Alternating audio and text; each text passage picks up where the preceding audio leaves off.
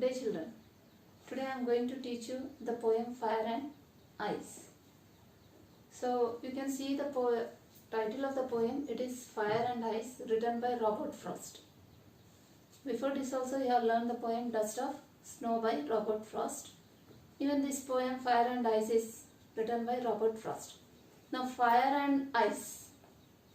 You see something, you can find out what is in this, what it is showing, meaning, opposite, something. So fire and ice, it shows the opposite of opposite there. Now you can see here the opposite words which is given in a line. It also comes under figure of speech or poetic device. And what is that? It is called as oxymoron. It is called as oxymoron. In the poem Dust of Snow, you have learnt a figure of speech, that is alliteration. Alliteration is a repeat of the same letter or sound in each line. So first I want to make you clear about what is fire and ice. One is we are getting the poetic device there, that is oxymoron, because it is opposite. The next is fire. You know what is fire and you know what is ice. But according to the poet, fire means desire. Desire, all of you know, it is want. How is human being? If one want is satisfied, again he needs something more. If you are given 10 rupees, you will not be satisfied with that. You want 20. When 20 is given, you need 40. It goes on increasing. That is called as desire. The want keeps on increasing. That is called as desire. So here the poet what is saying? Fire is the desire. And ice. Ice symbolizes coldness or hatred. And the poet Robert Frost here, he is saying that the world is going to end either in fire or ice. Fire also can end the world and ice also can end the world. Now I will be coming to the poem here. So the first line of the poem is, some say the world will end in fire, some say in ice. So the poet here what he is saying if you go and ask people, how is the world going to end? Either in fire or ice. Some people will be saying it will end in fire and some people will say it will end in ice. The third line you see, from what I have tasted of desire, I hold with those who favor fire. So the poet here what is saying, what he thinks the world is going to end. He is saying he has tasted the desire. Already I told you what is desire. Desire is the want. One want is satisfied, one more want arises. There is no end for human needs. It's just like the fire. You lit a little dry piece of dry leaves. What it is going to happen? It is going to continue to fire unless you put off. So here the desire also is just like that. So the poet is saying he has tasted the desire. Desire is the want. He has tasted the want. When one want is satisfied, one more want is arising. So he is saying, I hold with those who favor fire. So he is saying he will go with the people who will say that the world is going to end in fire. You got the first stanza, I think. So in the first stanza, what is the poet saying? If you ask people how the world is going to end, either in fire or ice.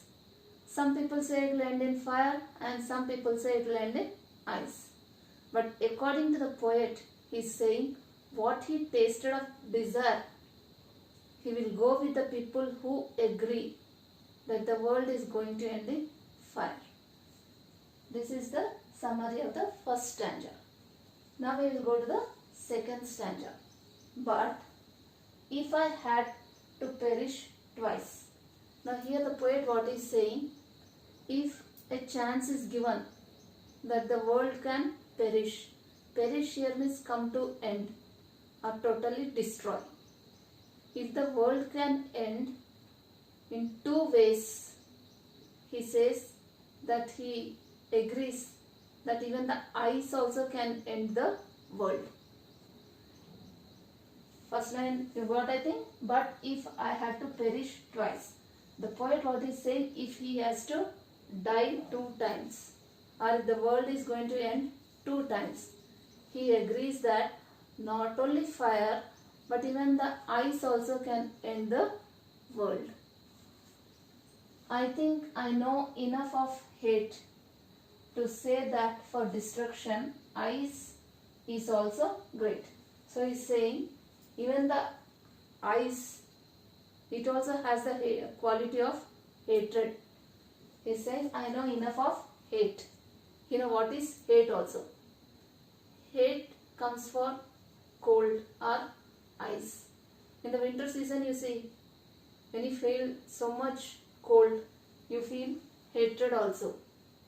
So he is saying that for destroying the world, not only the fire but even the ice also is enough. To say that for destruction, ice is also great. So when we come to the quality which is great, which we can use, give the first position to destroy the world, either the ice or fire. The poet is saying even not only fire, even ice also is great to destroy the world. And would suffice. Suffice here means sufficient. So what is sufficient here? He is saying that even the ice also is sufficient to destroy the world. So in the second stanza what the poet is saying, we will summarize once again. The poet is saying that if the world has to perish, means can destroy twice or come to an end twice. One is that it can be destroyed with fire, and the other is that it can be destroyed even with the ice. Because when we come to the qualities of ice, ice also has the quality of hatred, coldness, rigidity. Even it also can destroy, and even ice also is sufficient to destroy the world. This is the summary of the poem here. I think you got the summary of the poem. In short, what the poet is saying, the world is, if you ask people how the world is going to end, either in fire or ice. Some people say it will end in fire, some people will say it will end in ice. So the poet, he is saying that if he is asked, he says that the world is going to end in fire. But if given a chance that the world can end twice, then the poet is saying even ice also can destroy the world. Now why the poet has written this poem? You can see now in the world today, worldwide we can see what people are becoming so much ambitious. They only think of themselves. They are not worried about anyone. They want everything for themselves. So the poet is saying when the world is going to come to end, it can be either destroyed by fire, fire which means desire, ice which means hatred. So in both ways the world can come to end. Now we will come to the rhyme scheme of the poem. Rhyming words, all of you are familiar with. What is rhyming words? In the first stanza, fire and desire, ice and fire. In the second stanza, twice and ice and suffice. And hate has no rhyming word. Hate and great is the rhyming word here. Now you see we will come to the rhyme scheme of the poem. Now all are very good in framing the rhyme scheme of the poem also, I think, because we have done in Dust of Snow also. Still once again I will explain you. So what we have to rhyme? Fire is rhyming with desire and fire. Fire, desire and fire. So here it comes as A,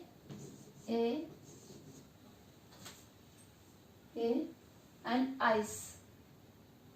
Ice is rhyming with nothing, so it is B. So what is the rhyme scheme of the poem? A, B, A is the rhyme scheme of the poem. Understood, I think? First we have to see fire is rhyming with which? Fire, desire and fire. So A. And ice is having no rhyming word there. So it is B. So when we see the first stanza, what is the rhyming words here? Rhyme scheme of the poem?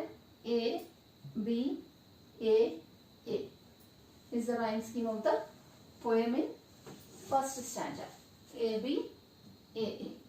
Now when we come to the second stanza, twice, ice and suffice. So it comes as C and C. Here already A and B is finished. So C and C. Now hate and great is rhyming here. So it is B and D. In exam they will be giving you only one stanza. At that time you can start with A. Now if they give in the exam only second stanza, only one stanza will be given always, you can start again with A. If they are giving this particular second stanza, your rhyme scheme will be A, B, A, B, A. Understood? So what is the rhyme scheme of the poem here?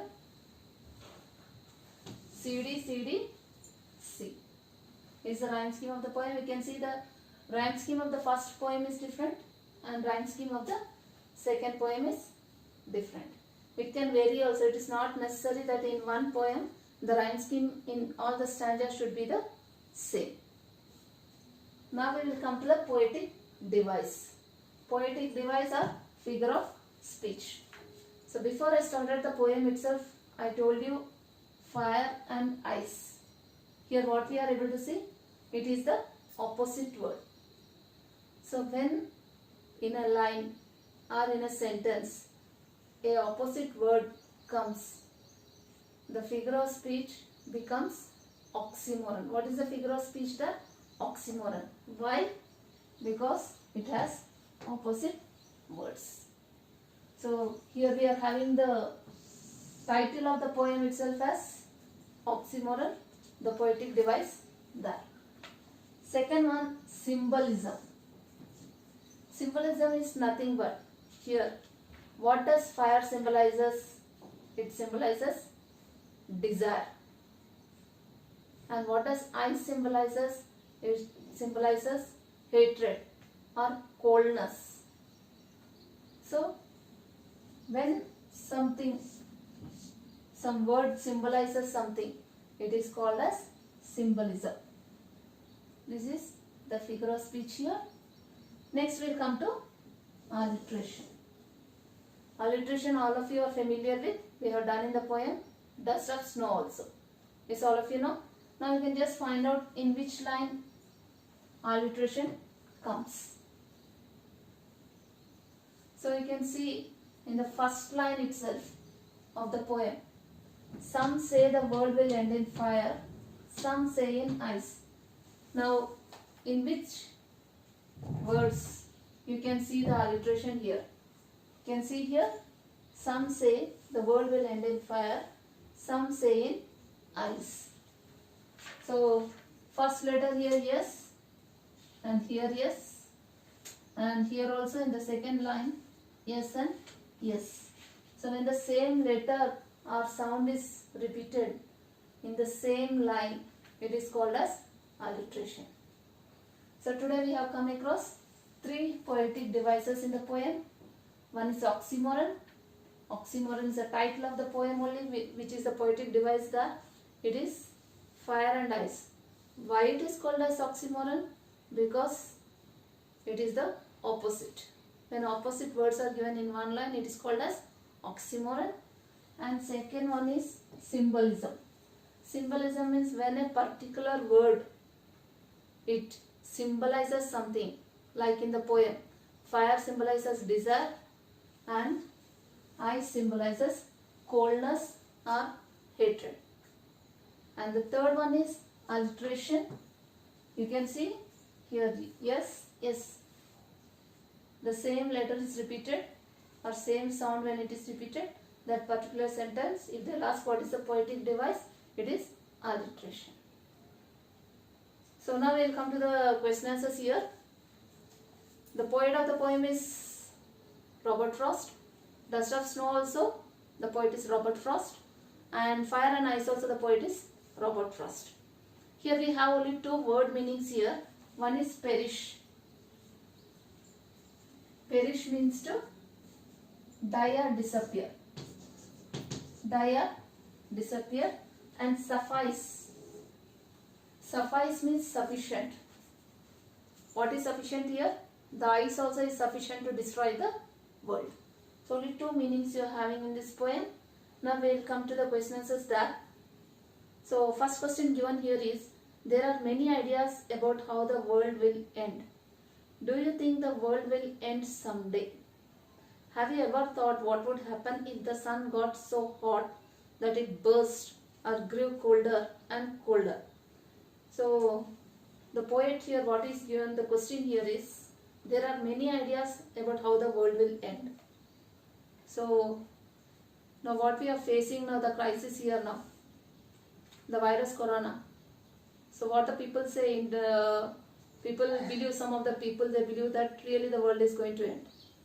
And this way also in the poem, the poet is saying either the world will end in fire or ice.